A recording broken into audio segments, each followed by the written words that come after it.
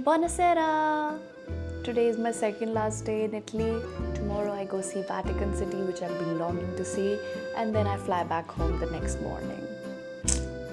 My Italian adventure, the 3 weeks long, is coming to an end. I'm a little sad, little happy to go back home. It's a lot of mixed emotion going on, but I thought, why not do a little chit chat session? And wine is the appropriate answer. I got myself a little prosecco that I can finish all by myself.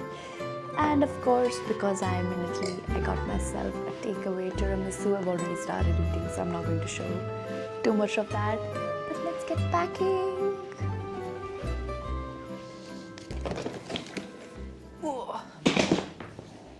Let's talk briefly about my trip.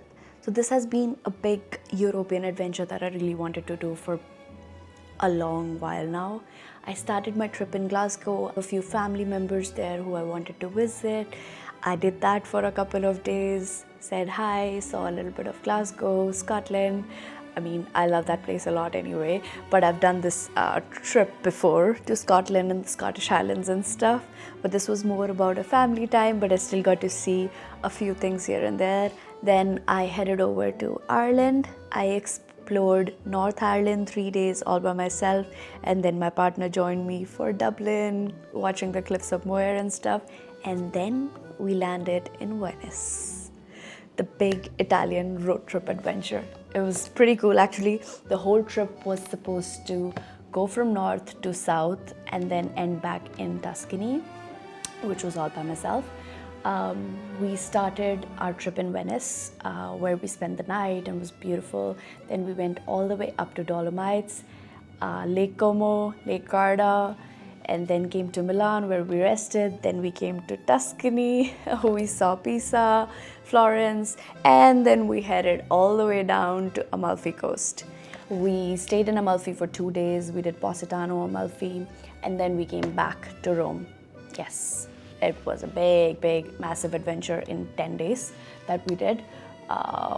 It was more traveling than vacationing, I guess. Talking about Italy and how it has been, from what I imagined Italy to be to what it turned out to be is exactly the same or even better. Italy is one of those which holds treasures. It has history, it has art, it has culture, it has the best food. It has everything.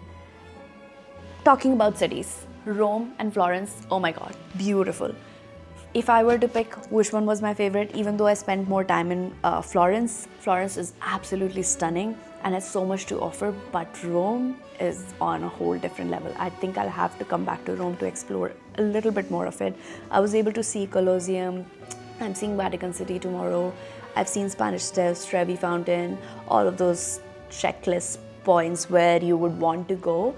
And they're definitely beautiful, but what amazed me the most is just walking down the streets of Rome and you just see these beautiful buildings, beautiful architecture, so much art, so much history. It's just way too fascinating. I am just in love with Rome. I used to hear people falling in love with Rome, and I thought like it's just going to be a city, which is going to be beautiful for sure, but still just a city, and it amazed me in so many ways I can't even imagine.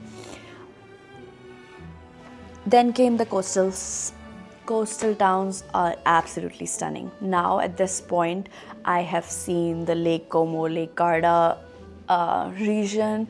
I have seen the Amalfi coast, so basically Amalfi City, Positano, Ravello, all those areas. And then I've also seen the side of I didn't exactly visit Cinque Terre, but the whole area is just surrounded and it has a similar landscape because I went to Portofino and Santa Margherita.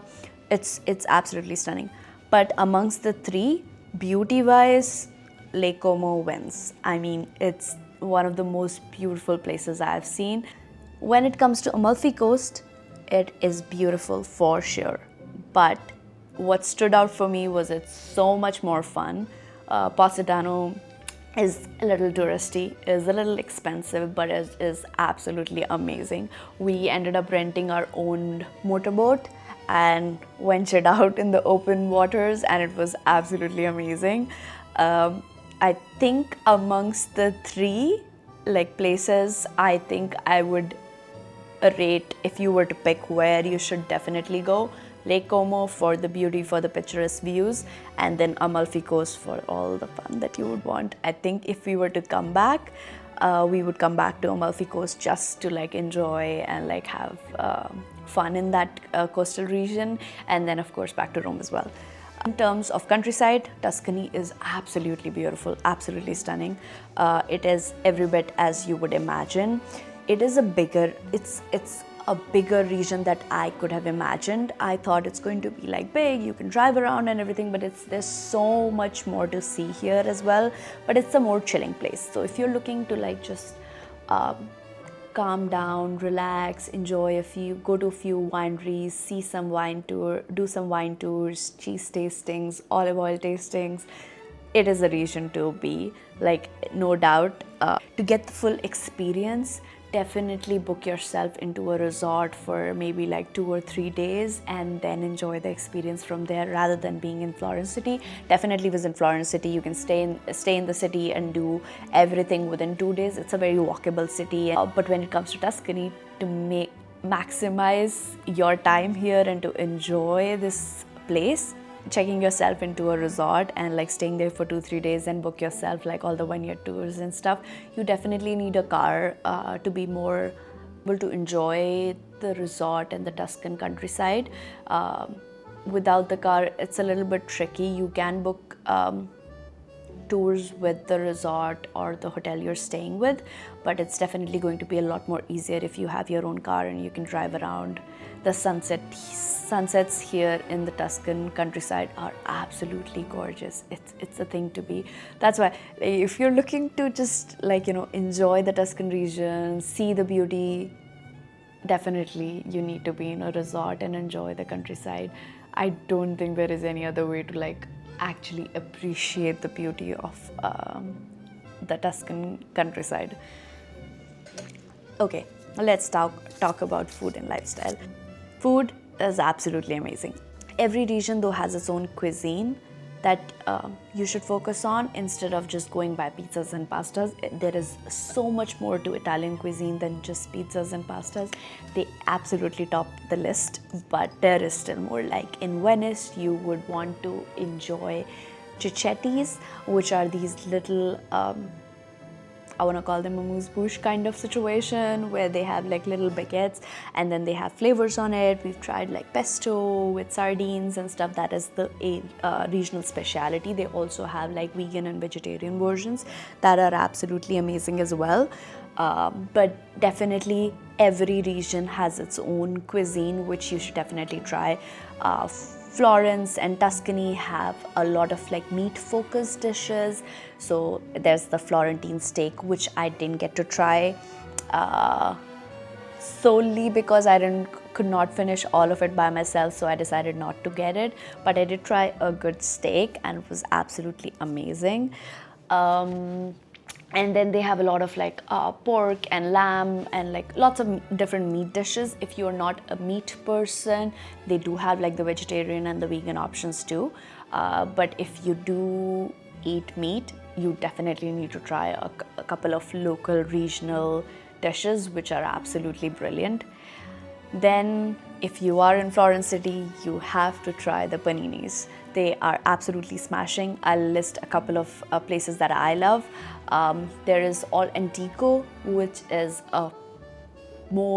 probably the most popular one around there. You'll see always big lineups, and it's more well recognized. In fact, the shops that they have are right next to each other. I did a tasting there. It's really good. But my personal best was Il Gironi's, if I'm pronouncing it right. It is the best panino that I had there. Apart from that, if you're visiting Rome, you'll be able to find everything there. They have basically food from all regions. It's just like a metro city where you're able to find all the good food. They had the good pastas, they had the good pizzas. When in Amalfi, we also tried a little bit of seafood situation, which was pretty good. So definitely give it a try if you eat seafood. Yeah, like they do have the lemon sorbet. I tried a lemon pizza there. Like when I say lemon pizza, they had like bits of lemon going on in there. It was pretty good, very refreshing. We did try the lemonata as well. Very, very, very strong in lemon flavor, but so refreshing on a hot day when you're like dehydrated. Just have a glass and you feel like it's a little bit stinky for me, but like it was so good because it just energizes you and pulls the heat out of you, and you feel like suddenly like, oh, you're not dying anymore of the heat. So definitely give it a try. I didn't try the lemon sorbet because it's supposed to be very, very sweet, and I was not in a mood for like having something so sweet. But yeah, that's something they didn't try. But gelatos, you have to eat gelatos every day. I know it's like everyone talks about gelatos every day, but that is a must, definitely. For now, I think the majors or the basics are these from my trip. I will do a deep dive of the food, and yes, definitely have a lot of wine. I guess that's all for the food situation here. Tomorrow is Vatican City, and then I head back home. I can't wait to share all the videos from this trip in Italy, Ireland, everything, and like share all the little bit parts of it, share all my experiences. See you in the next video. Ciao!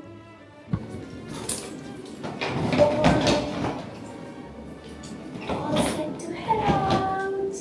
Roma here.